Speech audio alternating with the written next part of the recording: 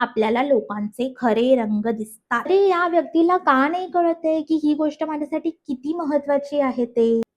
त्या व्यक्तीला नाही कळणार. खूप महत्वाचं आहे. जे लोक खूप निगेटिव्ह वाइब्स क्रिएट करतात त्यांच्यापासून दूर राहा. त्यांच्या डिस्कशनचा पार्टच नका बनू. जर ते स्वतःला नाही कधी बदलू शकले तर आपण त्यांना कसे बदलणार. ऐक ना, मला असं वाटतं, मला काहीतरी सांग ना, मी काय करू, तू काय केलं होतं.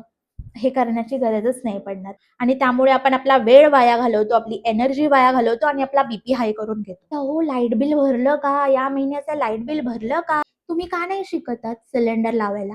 आपल्याला का वाटतं की आपण नारळ नाही फोडू शकत. चहा दे ग, चहा दे ग, मला लेट होतोय, चहा दे ग. पण ते स्वतः जाऊन चहा ओतून घेणार नाहीत. पीपल प्लीजिंगच्या नादात, लोकांना खुश करण्याच्या नादात आपण स्वतःच नुकसान करून घेतो. हे आपल्याला तेव्हा कळत नाही.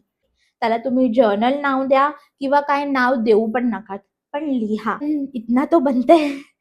आणि ही खूप अमेझिंग गोष्ट मला कळली आहे. नाही यार, मी तर अशा लोकांमध्ये असते ना, आता माझे तर ग्रोथ होणं काही पॉसिबलच वाटत नाही मला. असं नसतं. एकदम अमेझिंग वातावरण तयार करा. काही स्पिरिच्युअल गोष्टी सुद्धा असतात आपली एनर्जी प्रोटेक्ट करण्यासाठी.